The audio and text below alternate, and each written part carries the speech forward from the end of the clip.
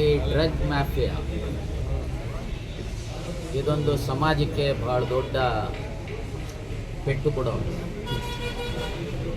ಇದನ್ನು ಮರ್ಸಿಲೆಸ್ ಆಗಿ ಹ್ಯಾಂಡಲ್ ಮಾಡಬೇಕಾಗಿರುವಂಥದ್ದು ರಾಜ್ಯ ಮತ್ತು ಕೇಂದ್ರ ಸರ್ಕಾರ. ಈಗ ಡ್ರಗ್ಸು ವಿದೇಶದಿಂದನೂ ಬರ್ತಾ ಇದೆ, ಅದನ್ನು ಯಾರು ನಿಯಂತ್ರಣ ಮಾಡಬೇಕಾಗಿದೆ? ಕೇಂದ್ರ ಸರ್ಕಾರ.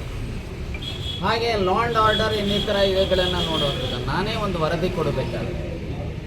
ಮಹಿಳಾ ಮತ್ತು ಮಕ್ಕಳ ಮೇಲೆ ನಡೆಯತಕ್ಕಂಥ ದೌರ್ಜನ್ಯದ ಹಿನ್ನೆಲೆ ಬೆಂಗಳೂರನ್ನು 2013-14ರಲ್ಲಿ ರೇಪ್ ಸಿಟಿ ಅಂತ ಕರೆದಂಥ ಸಮಯದಲ್ಲಿ ನನ್ನ ನೇತೃತ್ವದಲ್ಲಿ ಒಂದು ಸಮಿತಿಯನ್ನು ಮಾಡಲಾಗಿದೆ. ನಾನು 23 ಮಾರ್ಚ್ 2018 ಒಂದು ವರದಿಯನ್ನು ಕೊಟ್ಟಿದ್ದೇನೆ. 6,000 ಪುಟಗಳ ವರದಿ, 11 ವಾಲ್ಯೂಮ್. ಸೊ ಅದರಲ್ಲಿ ಈ ಡ್ರಗ್ ಮಾಫಿಯಾ ವಿಚಾರದಿಂದ ಹಿಡಿದು ಮಹಿಳೆಯರ ಮೇಲೆ, ಮಕ್ಕಳ ಮೇಲೆ, ವಯೋವೃದ್ಧರ ಮೇಲೆ ನಡೀತಕ್ಕಂಥ ದೌರ್ಜನ್ಯಗಳ ಬಗ್ಗೆ ಈ ರೀತಿ ಅನೇಕ ವಿಚಾರಗಳನ್ನು ಪ್ರಸ್ತಾಪ ಮಾಡಿದೆ. ನಾನು ಇಷ್ಟೇ ಹೇಳ್ತೇನೆ, ಇದನ್ನು ಪ್ರಯಾರಿಟಿ ಮೇಲೆ ರಾಜ್ಯದಲ್ಲಿ ಶಾಲಾ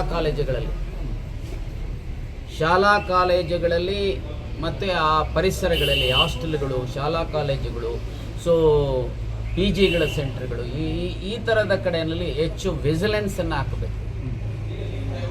ಯಾರೆಲ್ಲ ಈ ರೀತಿ ಡ್ರಗ್ ಮಾಫಿಯಾ ಇದೆ ಅವ್ರ ಮೇಲೆ ಮರ್ಸಿಲೆಸ್ ಆಗಿ ಕ್ರಮ ತೆಗೆದುಕೊಂಡಾಗ ಮಾತ್ರ ಮುಂದಿನ ಪೀಳಿಗೆ, ದೇಶವನ್ನು ಕಟ್ತಕ್ಕಂಥ ಮುಂದಿನ ಯೋಜನಾಂಗ ಇದೆಯಲ್ಲ, ಅವರು ಸರಿದಾರಿನಲ್ಲಿ ಹೋಗಲಿಕ್ಕೆ ಸಾಧ್ಯತೆ ಇದೆ. ಆ ದಿಕ್ಕಿನಲ್ಲಿ ರಾಜ್ಯ ಮತ್ತು ಕೇಂದ್ರ ಸರ್ಕಾರ ಸೂಕ್ತವಾದಂಥ ಕ್ರಮವನ್ನು ಕೂಡಲೇ ತೆಗೆದುಕೊಳ್ಳಿ ಅಂತೇಳಿ ಆಗ್ರಹಿಸ್ತಾರೆ.